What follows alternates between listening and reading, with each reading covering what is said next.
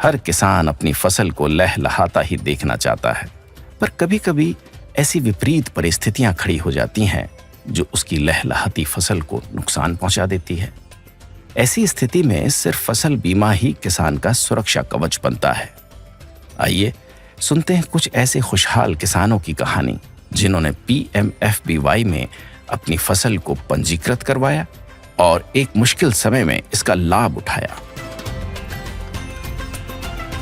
एकदम आसान है सर। CNC से जाते हैं, जन आधार कार्ड और खाता डायरी लेके जाते हैं और प्रधानमंत्री बीमा हो जाता है। मैंने मेरी फसल का बीमा जहाँ से KCC ले रखी वहाँ से करवाया था। 2021 खरीफ की फसल का प्रधानमंत्री फसल बीमा योजना के तहत प्रीमियम जमा कराकर बीमा करवाया। सर फसल खड़ी थी, पकी हुई थी, वो बारिश होने के कारण खराब हो गई। स्थानीय आपदा में हमारे इस क्षेत्र में अतिवृष्टि हुई, बारिश ज़्यादा होगा जिससे खेतों में पानी भर गया। जो खेतों में फसल हमने बोई थी वो सारी नष्ट हो गई। अतिवृष्टि होने से खेत में पानी भर गया, इससे नुकसान हुआ फसल को।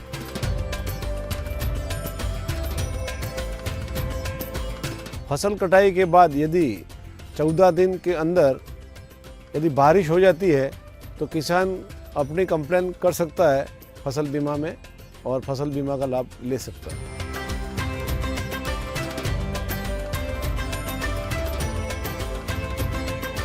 मेरे को फ्यूचर कंपनी के अधिकारी ने बताया कि जो हमारे तीनों कागजात है, जमाबंदी, गिरदावरी और मेरा बैंक डायरी और आधार कार्ड लेके टोल फ्री नंबरों पे टोल का फ़ोन करने को कहा था। उसके बाद में हमारे जो खाते में सीधे पैसे आ गए। फसल खराब होने से हमने शिकायत की टोल फ्री नंबर पर बीमा कंपनी से, वो सरोवर आया और चेक करके गए।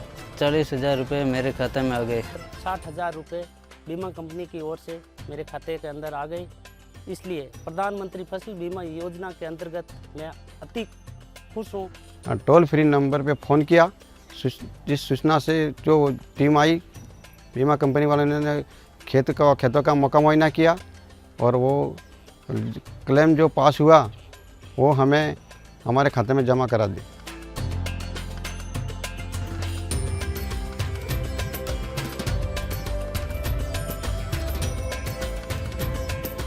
मैं किसान भाइयों को निवेदन करना चाहता हूं कि सभी किसान भाई अपना फसल का बीमा ज़रूर करवाएं। रबी फसल बीमा करवाने के लिए दिसंबर लास्ट तक चलता है, तो अपना सभी फसल का बीमा ज़रूर करवाएं और न्यूनतम प्रीमियम से फसल बीमा होता है।